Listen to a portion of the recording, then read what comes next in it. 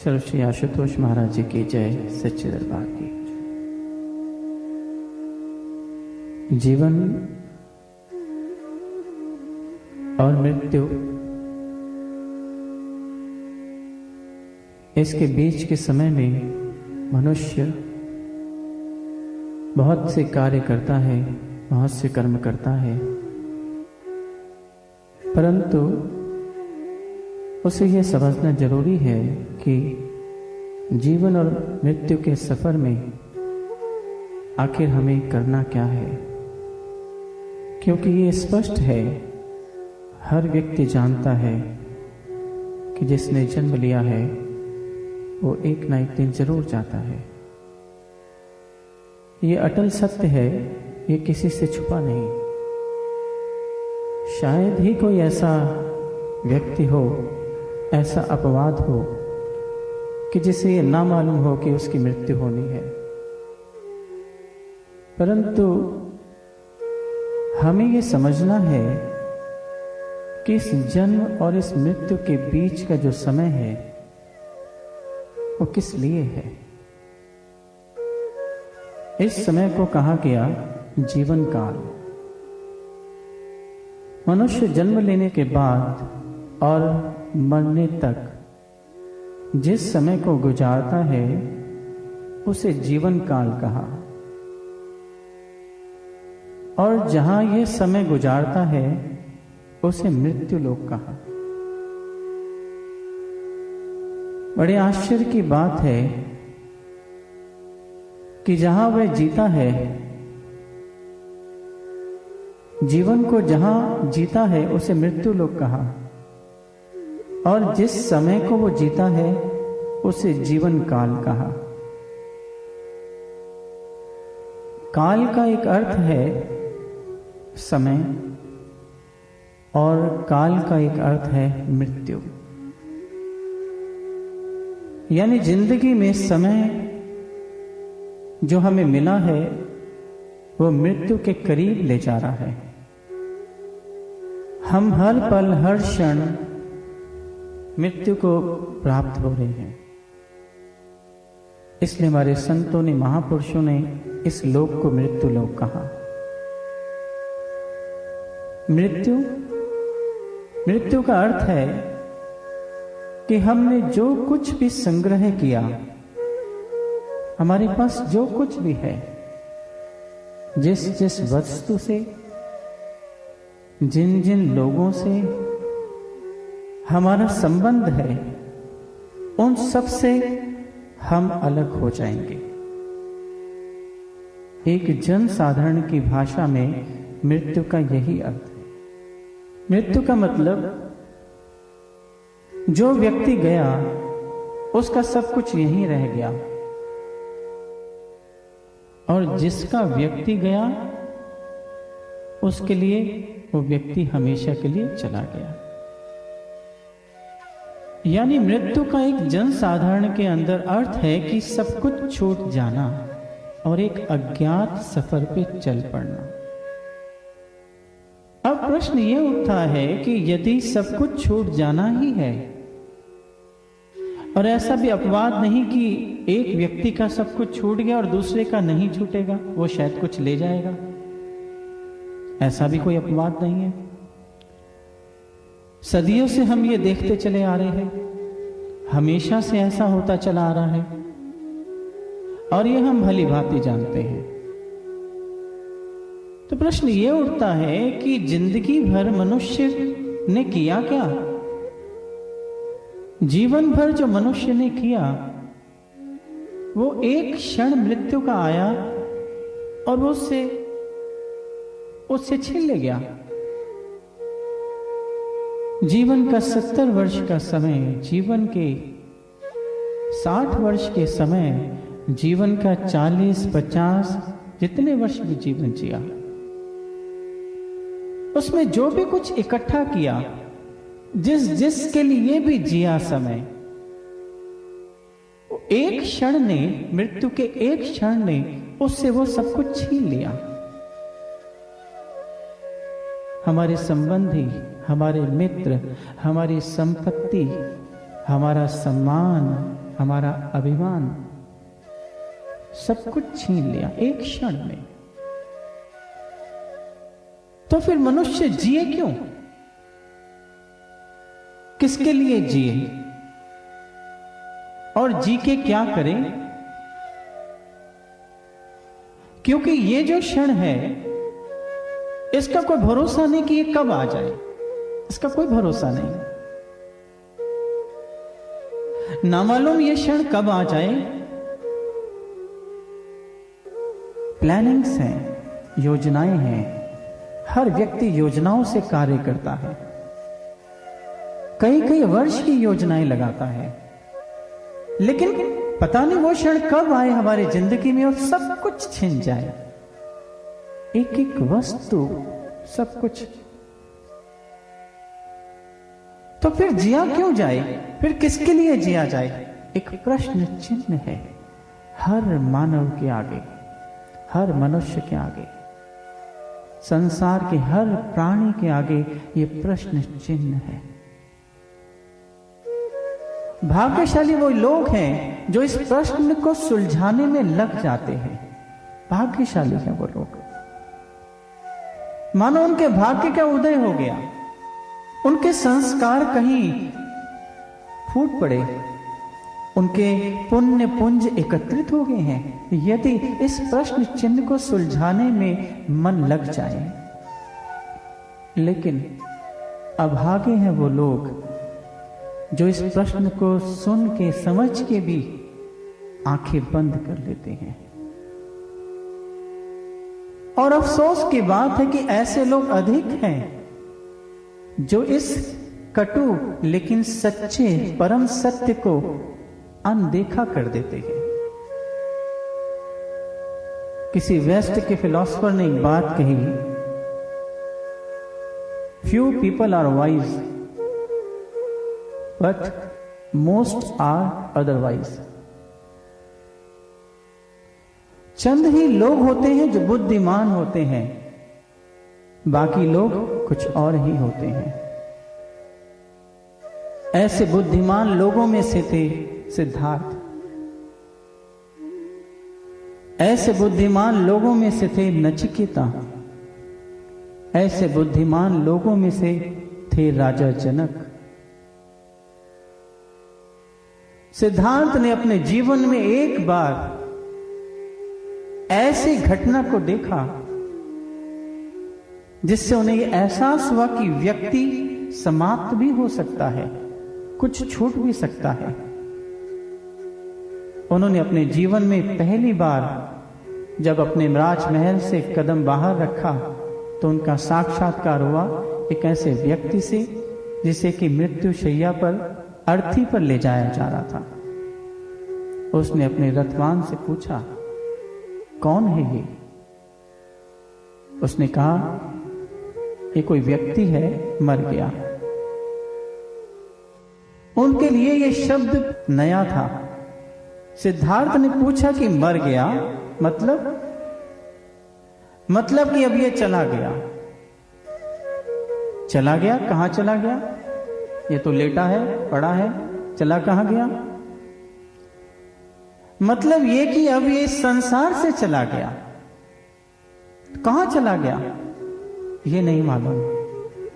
कहते कि भगवान के घर चला गया। सिद्धार्थ ने कहा, तो अब वापस कब आएगा? उसका वापस तो नहीं आएगा। जब चला गया तो चला गया, तो कभी नहीं आएगा वापस? नहीं, कभी नहीं आएगा। इसके साथ क्यों हुआ ऐसा? रथवान ने कहा कि यह सबके साथ होता है, हर व्यक्ति के साथ होता है, तो क्या मेरे साथ भी होगा? तो कहा, हां, मैं ऐसा कह नहीं सकता कि आपके साथ होगा क्योंकि आप युवराज हैं, लेकिन आज तक कोई अपवाद नहीं है, एक्सेप्शन नहीं है कोई, सबके साथ ऐसा होता है। सिद्धार्थ के मन में यह बात बैठ गई और उन्हें यह समझ आया, यह सोच आ गई कि फिर सच क्या है। व्यक्ति क्यों मरता है? मर के जाता कहां है? और अगर मरना ही है तो फिर संसार में ये क्यों किया जाए, ये सब कुछ क्यों किया जाए? सोच थी जो जागी, उनका भाग्य, उनके पुण्य, उनके संस्कार उदित हो गए और वो सच की खोज में निकल पड़े कि सच क्या है,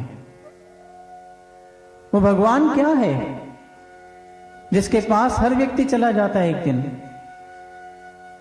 वो ऐसी कौन सी आकर्षण शक्ति है जिससे सब कुछ छूट जाता है?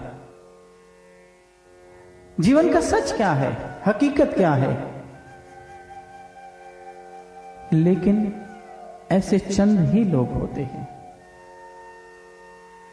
हमारे जीवन के अंदर भी ना जाने कितनी अर्थियां हमारे कंधों के पर बोझ बनी होंगी।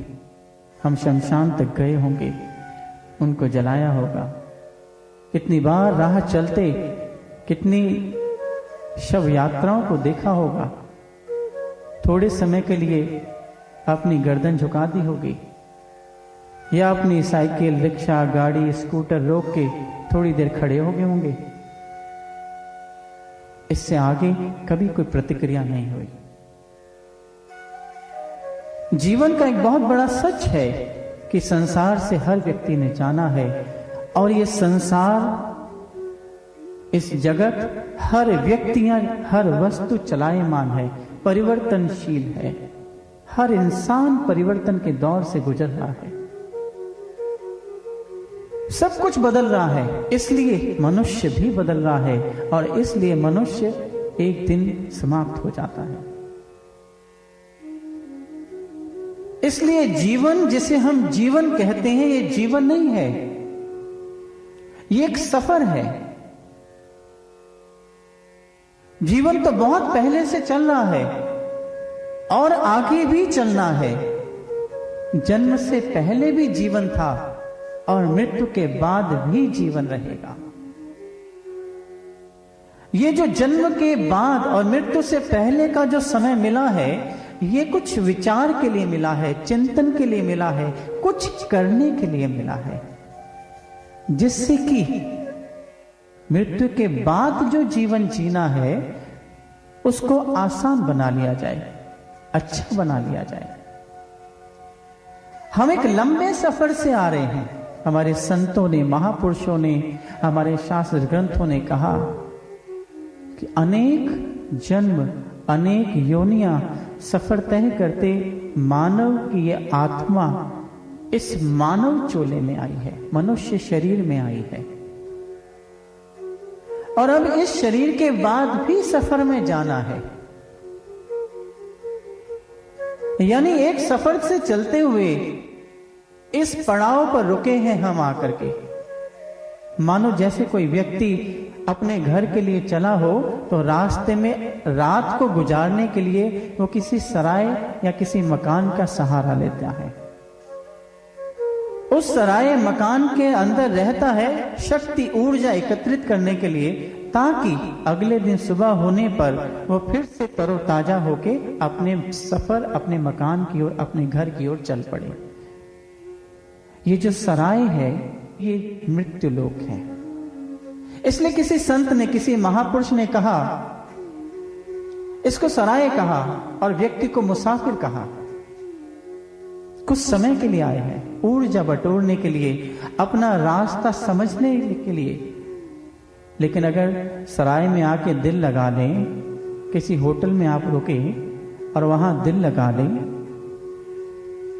जितना किराया आपने दिया है वो किराया देने के बाद होटल का मालिक कहेगा आप चलो यहां से, और आप इत्तेफाक से अपने घर का पता भूल जाएं,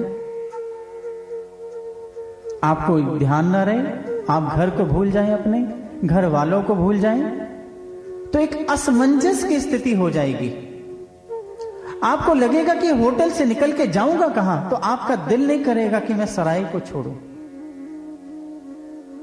आप कभी नहीं चाहेंगे कि सराय छूट जाए, लेकिन चूंकि पैसा खत्म हो चुका है इसलिए निकलना भी है,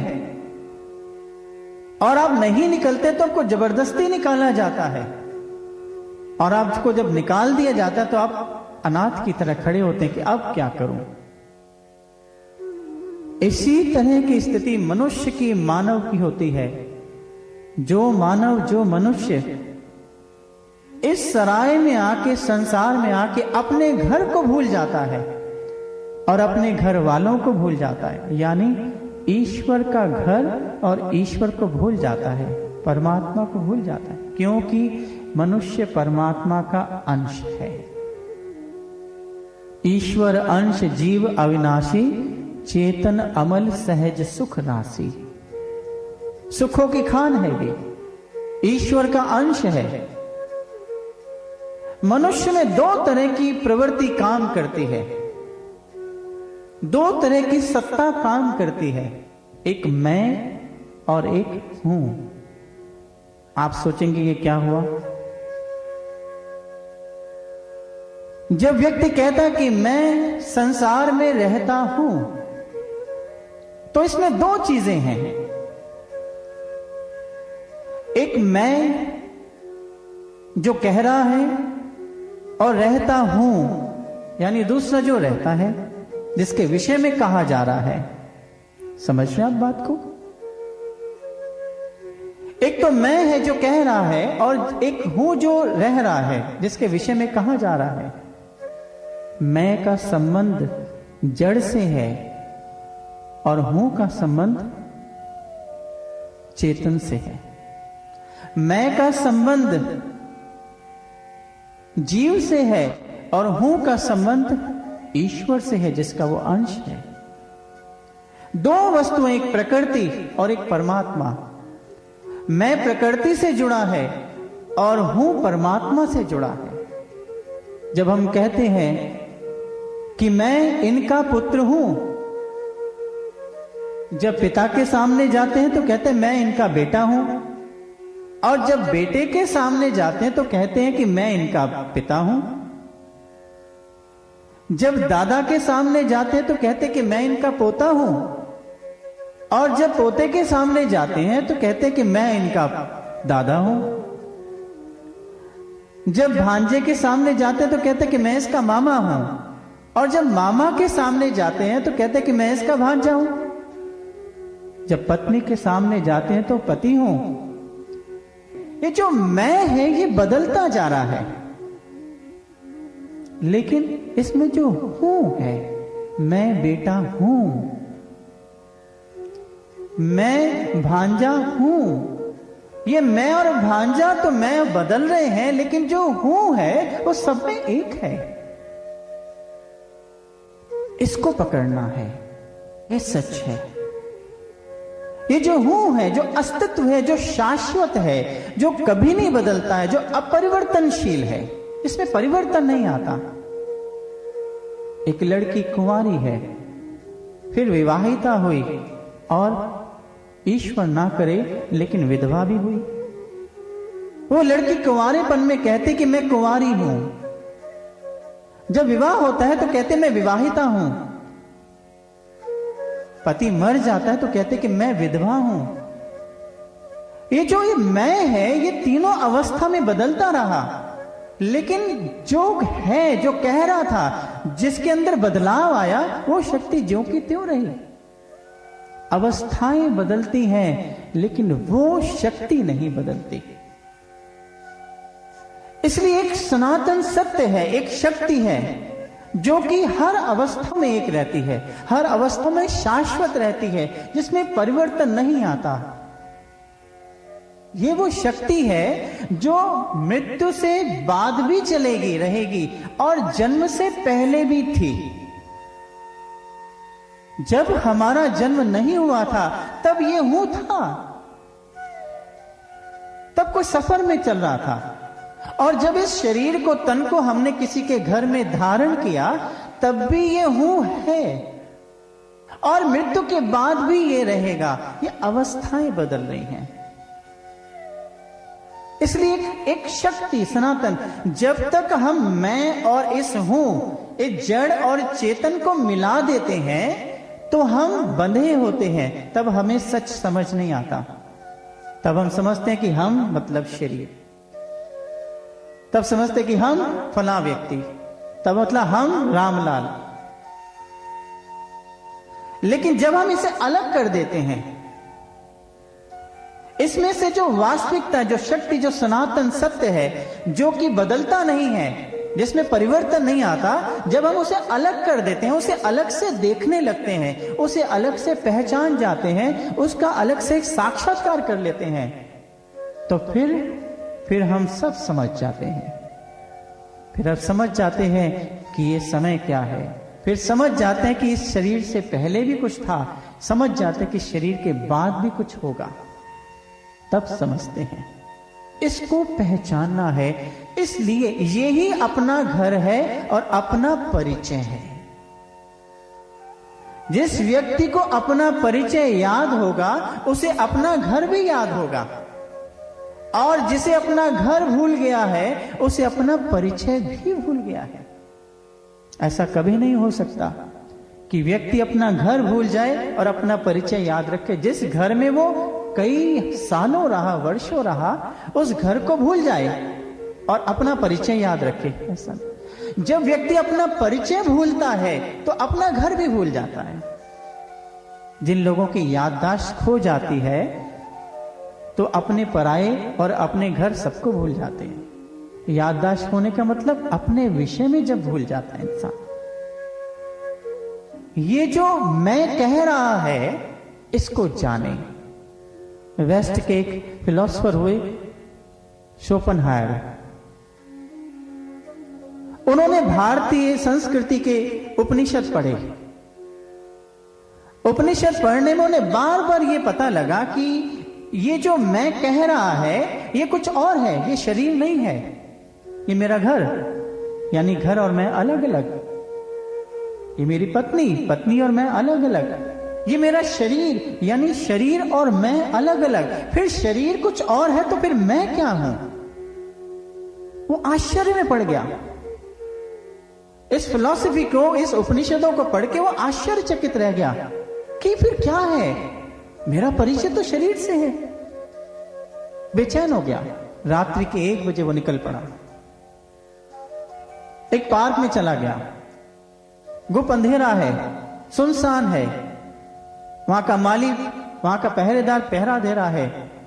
बेचैन हो जाता है कि सच क्या है, मैं हूं कौन आखिर, और जोर जोर से चिल्लाता है कि मैं कौन हूं, मैं कौन हूं। तो उधर से पहरेदार, चौकीदार जोर से बोलता, अरे भाई कौन है? कहते मैं भी तो ये कह रहा हूं कि मैं कौन हूं, मैं भी तो जानना चाहता था। पहरेदार कहते कि लगता है कोई पागल है, कैसी बात कर रहा है, अपने आप से पूछता कि मैं कौन हूं, और वो मुस्कुरा के चल पड़ा। लेकिन वो फिलोसोफर जानता है कि पागल कौन था, वो चौकीदार या शोपेनहायर। यही हकीकत, यही सच, इसी खोज को लेकर के दयानंद सरस्वती निकल पड़े। और उन्होंने, जिन्होंने कि कितने शास्त्र वेद ग्रंथों का अध्ययन किया था, लेकिन उनको पोटरी में बंद करके रख करके सिर पे रखा और चल पड़े। और दरवाजा खटखटा दिया किसका? उस समय के पहुंचे हुए संत महापुरुष बिरजानंद जी का, जो नेत्रों से अंधे थे, नेत्रहीन थे, लेकिन उनका प्रज्ञा चक्षु खुला था, उनका दिव्य नेत्र खुला था। उन्होंने द्वार खटखटा दिए। भीतर से आवाज आई, कौन है? साधारण सा प्रश्न, लेकिन जिज्ञासु ने कहा कि मैं यही जानने आया हूं आपके पास कि मैं कौन हूं। यानी सारे शास्त्र, सारे ग्रंथ, सारे ग्रंथ सब कुछ पढ़ लेने के, रट लेने के बाद भी इंटेलेक्ट लेवल, जो हम मस्तिष्क से, यहां से तो बहुत कुछ जान गए, लेकिन अभी सार को नहीं पकड़ा। हृदय से अभी तक रीते हैं, खाली हैं। इसका मैं जानना चाहता हूं मैं कौन हूं। शास्त्र पढ़ लिए, ग्रंथ पढ़ लिए, सुन लिया कि कोई आत्मा भी है, कोई परमात्मा भी है, सब कुछ है, लेकिन मिला नहीं अभी तक, उसे प्राप्त नहीं किया। अभी हृदय का बर्तन कोरा है, रीता है, कुछ मिला नहीं। विरजानंद ने कहा कि ठीक आया तो,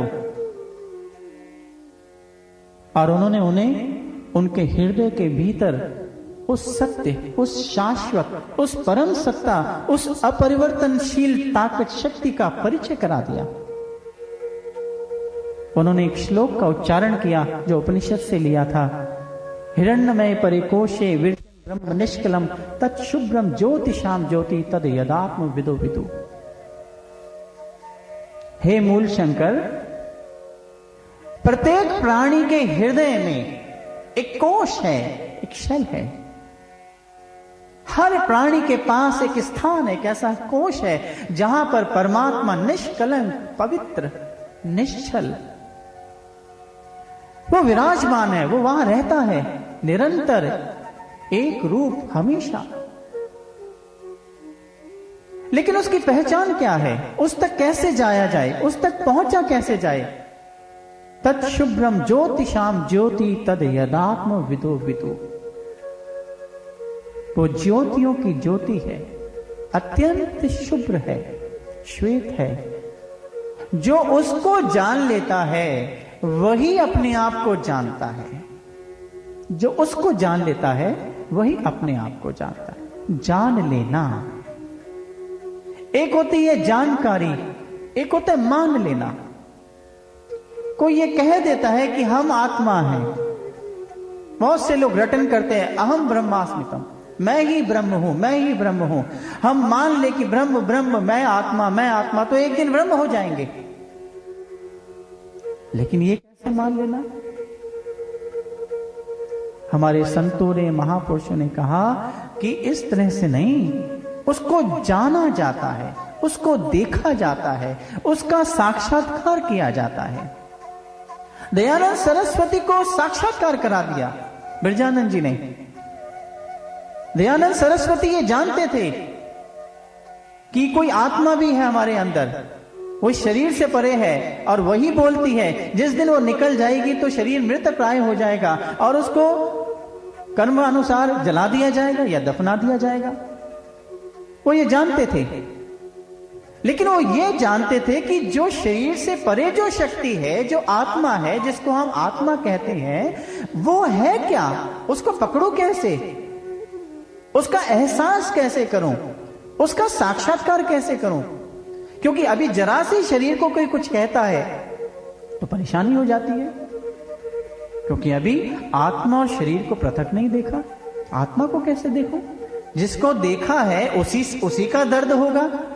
इसलिए वो बिरजानंद के पास पहुंचे और बिरजानंद ने उन्हें, हमारे शरीर में जो एक कोश, हर व्यक्ति के पास एक दसम द्वार है। हमारे संतों ने, महापुरुषों ने उपनिषदों में लिखा कि ये 9 द्वारों वाली एक नगरी है, ये शरीर जिसमें 9 द्वार है, जिसमें से मनुष्य का मन इंद्रियों के माध्यम से बाहर भटकता है, लेकिन ईश्वर परमात्मा उस दसम द्वार पर बैठा है। वो निर्विकारी, वो निश्चल, शाश्वत।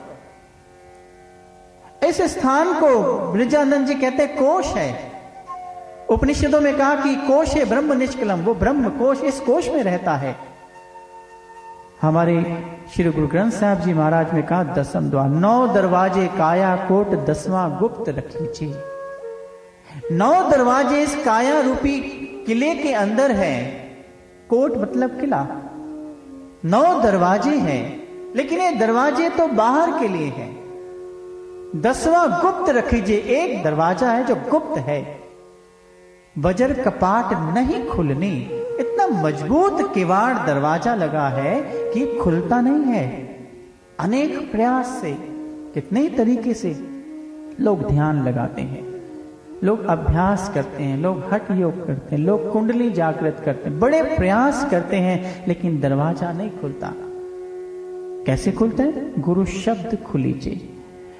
जब गुरु ज्ञान देता है, गुरु एक रास्ता, जैसे बिरजानंद जी ने मूल शंकर को दिया, उनका कोश खोल दिया, उनका द्वार खुल गया। जैसे दरवाजा खुला, मंदिर का द्वार खुले तो ठाकुर के दर्शन होते हैं। आपके घर का दरवाजा खुला तो मेहमान के दर्शन हुए। जब पर्दा हटा तो पर्दे के पीछे जो है वो दिखता है। ऐसे ही जब इस ईश्वर के घर का दरवाजा खुलता है तो भीतर ईश्वर का साक्षात्कार होता है, ईश्वर का दर्शन होता है, परमात्मा दिखता है। इसी को बिरजानंद ने कहा कि जो उसको देख लेता है वो अपने आप को जान लेता है।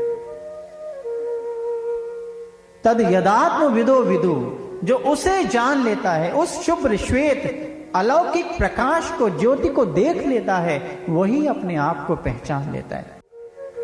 एक अणु, एक एटम स्मॉलेस्ट पार्टिकल है किसी भी चीज का, किसी भी वस्तु का, ऑब्जेक्ट का, लेकिन एक अणु के अंदर वो सभी गुण मौजूद होते हैं जो उस वस्तु के अंदर होते हैं। सारे समुद्र के जल में क्या है, ये आप उस समुद्र के एक बूंद को एनालिसिस करके पहचान सकते हैं। यानी उस बूंद और उस समुद्र के अथाह जल के अंदर कोई अंतर नहीं है, वो वैसा ही है, हर प्रकार के गुण, फिजिकल और केमिकल प्रॉपर्टीज में।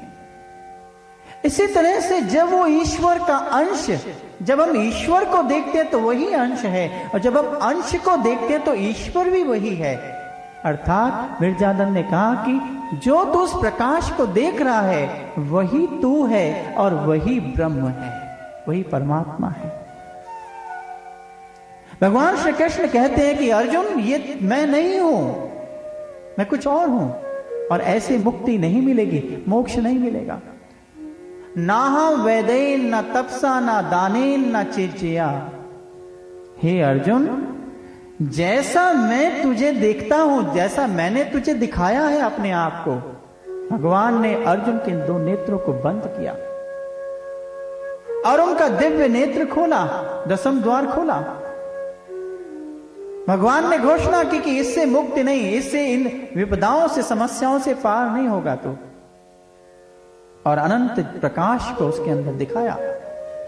जब इन दो नेत्रों के बिना अर्जुन ने अनंत प्रकाश उसी क्षण देखा जिस क्षण उन्हें दीक्षा मिली, दिव्य चक्षु मिला, तो अर्जुन आनंद विभोर हो गया। अर्जुन गदगद हो गया, उसके जीवन का तम अंधकार खत्म हो गया।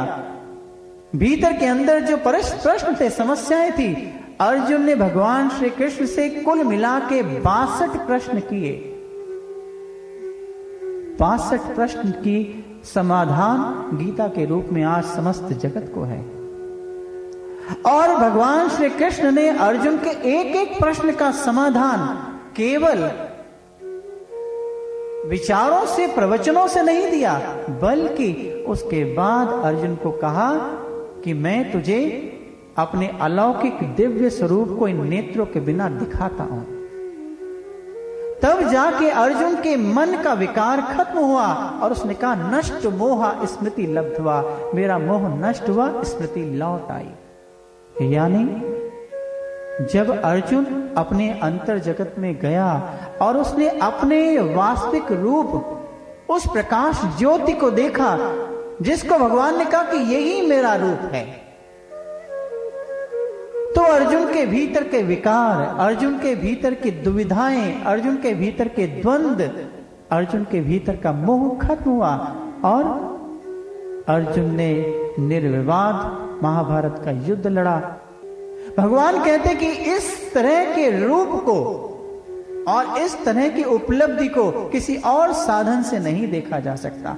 ना हम वैदेन न तपसा न दानेन न चिरचया।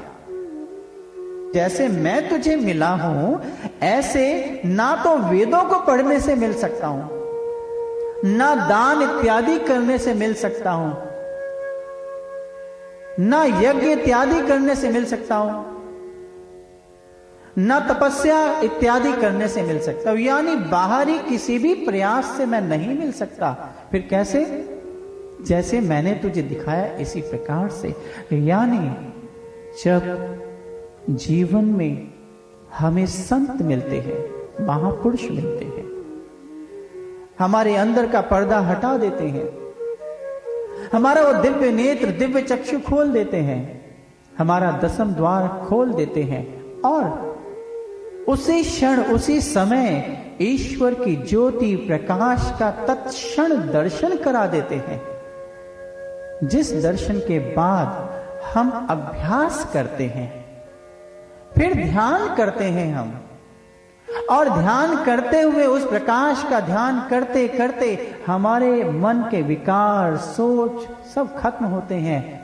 तब अंत समय में हमें ईश्वर स्वयं लेने आता है, ईश्वर विमान भेजता है, ईश्वर मोक्ष मुक्ति को प्रदान करता है। जीवन के अंदर जब तक एक भी तृष्णा बाकी है, जीवन के अंदर मन में विकार, मलिनताएं, कुबुद्धि, सारे अवगुण दोष बाकी हैं, और सोचे कि अंत समय में नाम ले लेंगे और मुक्ति हो जाएगी, ऐसा नहीं होता। अंत समय में यह निश्चित बात है कि भगवान श्री कृष्ण ने कहा, अंत समय में जो मेरा स्मरण करते हुए शरीर को त्यागते हैं वो मोक्ष को प्राप्त होते हैं, मुक्ति को प्राप्त होते हैं। लेकिन अंत समय में ईश्वर याद आ जाए, ये कैसे संभव होगा? यही तो समस्या है। समस्या तो यही है, अंत समय में भगवान कैसे याद आए? बहुत से लोग ये काम करते हैं, बहुत सारा प्रचलन है आजकल, बड़ी सारी धारणाएं बनाई है हमने। धर्म को हमने खिलौना ले लिया है। हम समझते हैं धर्म तो एक इंस्ट्रूमेंट है, जब मर्जी दिल चाहे बजा लो, अपनी मुक्ति मिल जाएगी। इतनी सहज मुक्ति, इतना आसान मोक्ष, जीवन के सच को समझना और उसका लुत्फ आनंद उठाना इतना सहज है, कैसे हो सकता है? लोग जब कोई मरणासन पे होता है तो गीता का पाठ करना शुरू कर देते हैं, कोई भजन गाना शुरू कर देते हैं, कोई भागवत पढ़नी शुरू कर देते हैं। सज्जनों, जब कोई मरणासन पर होता है तब उसकी इंद्रियां इकट्ठी होने लगती हैं। थोड़ा सा मेडिकल साइंस का भी ज्ञान ले लो, व्यवहारिक पक्ष भी समझ लो। उसको कानों से सुनना बंद हो जाता है, आंखों से दिखना बंद हो जाता है, जुबान लड़खड़ाने लगती है, बोलना बंद हो जाता है, हाथ पैर ठंडे हो जाने लगते हैं। तब तो कुछ हो ही नहीं सकता। वो चाह के बोल नहीं सकता, आपको अपना अनुभव नहीं कह सकता। आप चाह के जो बोलेंगे वो सुना नहीं सकते और वो सुन नहीं सकता। डॉक्टर आके देखते हैं, आंखों को खोल के इसकी पुतलियां उलट चुकी हैं, इंद्रियां अंतर्मुखी हो जाती हैं।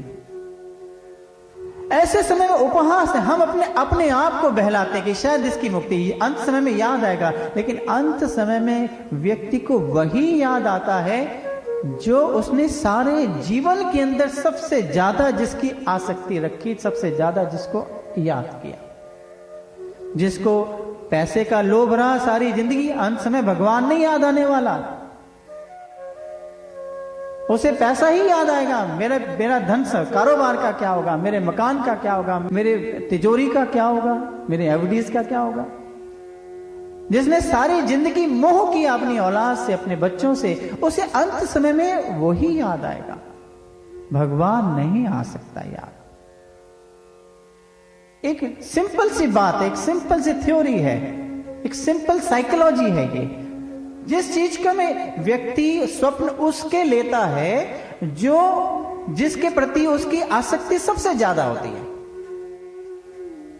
सोते हुए व्यक्ति उसके स्वप्न लेता है, क्योंकि सोते हुए हमारी जो सेंसेस हैं, जो हमारी जो माइंड इंटेलेक्ट है, और वो सब का सब छोड़ देते हैं, खत्म हो जाता है। हमारा जो कंट्रोलिंग पावर है वो खत्म हो जाती है।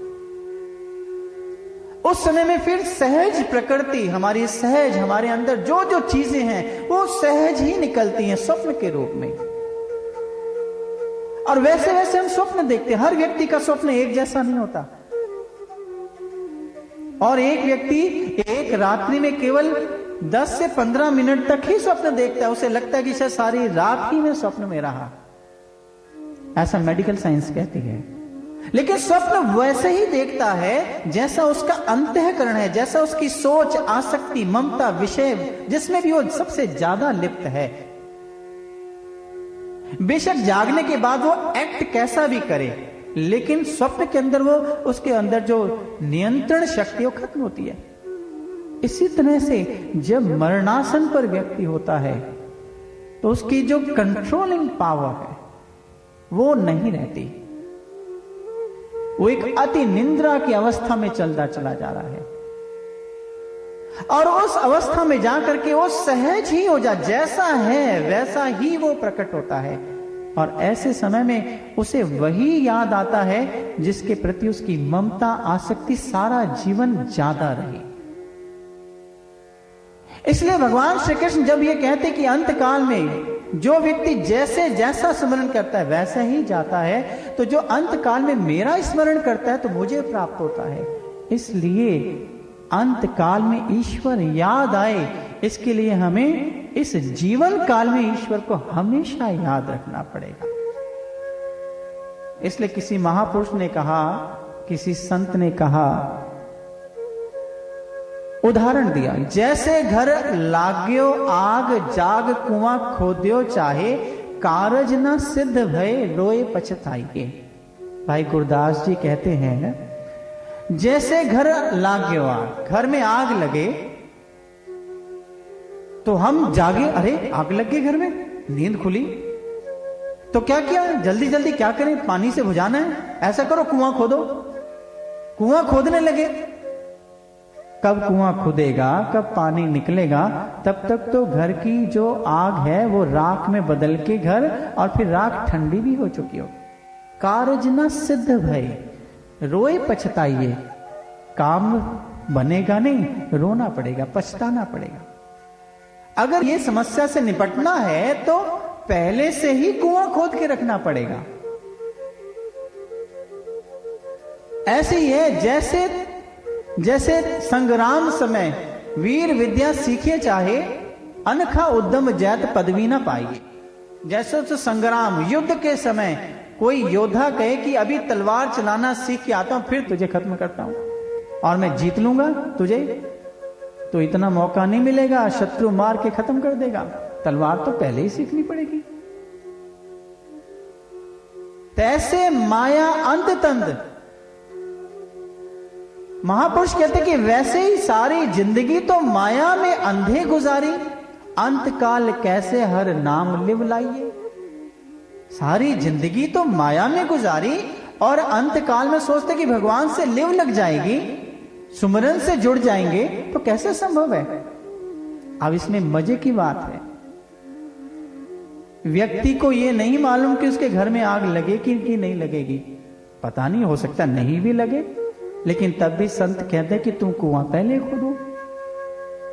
शत्रु को, ये व्यक्ति को पता नहीं कि मेरा शत्रु से कभी मुलाकात होगी और युद्ध करना पड़ेगा भी नहीं करना पड़ेगा, शायद ना भी करना पड़े, लेकिन तब भी संत कहते कि तुम युद्ध की विद्या सीख लो।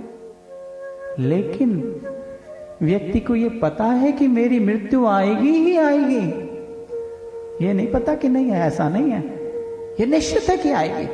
आग लगेगी या नहीं लगेगी यह अनिश्चित है, युद्ध होगा कि नहीं होगा यह भी अनिश्चित है, लेकिन मृत्यु आएगी यह तो निश्चित है, इसमें अनिश्चितता का कोई प्रश्न नहीं। लेकिन उसके लिए कोई तैयारी नहीं, कोई अभ्यास नहीं। इसलिए अंत समय में ईश्वर याद आए, उसके लिए आज से ही ईश्वर का स्मरण शुरू करना पड़ेगा, और वो ऐसे रच बस जाना चाहिए कि उससे महत्वपूर्ण और कोई ना रहे। क्योंकि लोभी को अंत समय में लोभ याद आता है, क्योंकि लोभ महत्वपूर्ण रहा। कामी पुरुष को अंत समय में काम याद आता है, क्योंकि काम जीवन में महत्वपूर्ण रहा। मोही व्यक्ति को मोह अंत समय में याद आता है, क्योंकि सारा जीवन मोह महत्वपूर्ण रहा उसके लिए। ऐसे ही अंत समय में अगर ईश्वर को याद करना चाहते हो और वो याद आए, इसलिए जीवन में ईश्वर महत्वपूर्ण बन जाए, ऐसा अभ्यास, ऐसा सुमरन करना पड़ेगा। और जब ऐसा सुमरन अभ्यास कब होगा, जब हम ईश्वर को साक्षात्कार करेंगे, देखेंगे। जिसको देखा नहीं उसके साथ आपका संबंध नहीं जुड़ सकता। मोही का संबंध मोह इसलिए होता है क्योंकि व्यक्ति से मोह करता है तो व्यक्ति को देखा है। धन के साथ लोभ इसलिए होता है क्योंकि धन को देखा है और सहेजा है। इसी तरह से ईश्वर का साथ संबंध तब जुड़ेगा जब ईश्वर को देखा है और उसको प्राप्त किया है। इसके लिए संत की जरूरत है। इसलिए महाराष्ट्र के एक संत ने कहा, री बाई गोविंद नाम मत बीसरे, अंतकाल जो लक्ष्मी सिमरे, ऐसी चिंता में जो मरे, सर्प जोनी बलबल उतरे। धन को याद करोगे सर्प बनोगे, मकान को याद करोगे तो प्रेत बनोगे। बहुत से उदाहरण दिए। अंधकाल नारायण सिमरे, ऐसी चिंता में जो मरे, वदित त्रिलोचन ते नर मुक्ता। उनको मुक्ति मिलेगी, उनको मोक्ष मिलेगा जो अंत समय नारायण को स्मरण करेंगे। लेकिन नारायण को स्मरण तभी हो सकते हैं जब हमने नारायण को प्राप्त किया होगा, और नारायण को प्राप्त करके ध्यान में बैठे हो। जिनके पास श्वासें बच गई हैं, जिनके पास समय है, अभी हम अपने जीवन को सफल कर सकते हैं। अगर अभी नहीं किया तो कर सकते हैं। अभी अगर अपने अंतर भीतर की उस आत्मा को देखा नहीं, उस प्रकाश को पाया नहीं, तो पा सकते हैं। और उसका अभ्यास करके ईश्वर से प्रीति प्रेम नेह जोड़ सकते हैं, ताकि अंत समय में जब हमारी इंद्रियां भी काम ना करें, जब केवल और केवल श्वास हो, उस समय केवल ईश्वर उसके साथ चल रहा हो, उसका नाम चल रहा हो, उसका स्मरण हो। शमशान घाट का वैराग्य नहीं चलेगा। कोई मरा तो अच्छा, जा रही बहुत बुरा हो गया, बाहर निकलते सब भूल गए। हम भी कतार में खड़े हैं, हम भी लाइन में लगे हैं, हमारा भी यही हश्र होगा एक दिन। जिसके लिए भाग रहे हैं, जिसके लिए दौड़ रहे हैं, जिसके लिए कर रहे हैं, ये सब का सब यही रह जाएगा। सच को पकड़ो। जो अपना नहीं है उसके लिए भाग रहे हैं, जो अपना है उसके लिए चिंता ही नहीं। जिसके घर जाना है उसकी खबर नहीं, जिसके घर को छोड़ना उसके साथ प्रीति लगाई हुई है। क्यों, किस लिए? जीवन की हकीकत को समझो, सच को समझो। लोहा गर्म है, अभी अपना गया है, सामने हमारा भविष्य है जो दिखाया हमें। अपना भविष्य सुधार लो। ये घटना इससे पहले कि हम पर घटे, ये समय इससे पहले कि हम पर आएंगे, ये क्षण हमारे ऊपर आए, अपना काम कर लो, सच को समझ लो, ज्ञान को समझ लो, और ईश्वर से अपने आप को जोड़ दो। अब मौका हमारा है, बारी हमारी है, अवसर हमारे हाथ में है। हमने सोचना है कि इस सफर में वो गया, कल को उस सफर में हमने भी जाना है, तो सफर का इंतजाम तो कर लें। किसी सफर में जाते हैं तो तैयारी तो कर लें कि खाली हाथ जाते हैं सफर में। कभी किसी सफर में निकलते हैं तो 3 चीजों का ध्यान रखते हैं। एक तो जहां जाना है उसका पता, दूसरा सफर में कितना समय लगेगा, और तीसरा सफर में खाने का सामान। लेकिन जिस अनजान सफर में जाना है, ना तो वहां के घर का पता, ना कितना समय लगेगा ये पता, ना ही वहां के लिए कोई इंतजाम किया। 200 किलोमीटर के सफर के लिए खूब इंतजाम करते हैं, लेकिन इस अनजान लंबे पथ के लिए कोई इंतजाम नहीं, कोई तैयारी नहीं। इस तैयारी को कर ले। और इसलिए मैं सबसे कहूंगा, अपने जीवन को भी ऐसा महान और उन्नत बनाना है कि हम संसार में संसार का कार्य करते हुए अपना संबंध उस ईश्वर परमात्मा से जोड़ सकें, ताकि हम अपने जीवन को सफल करें। मृत्यु भी सफल हो जाए, हमारे जीवन सफल हुआ तब मृत्यु भी सफल हो जाए। ऐसा काम करना है कि हम फक्र से कह सकें, कबीरा हम जब पैदा हुए जग हंसे हम रोए, ऐसी करनी कर चलो हम हंसे जग रोए।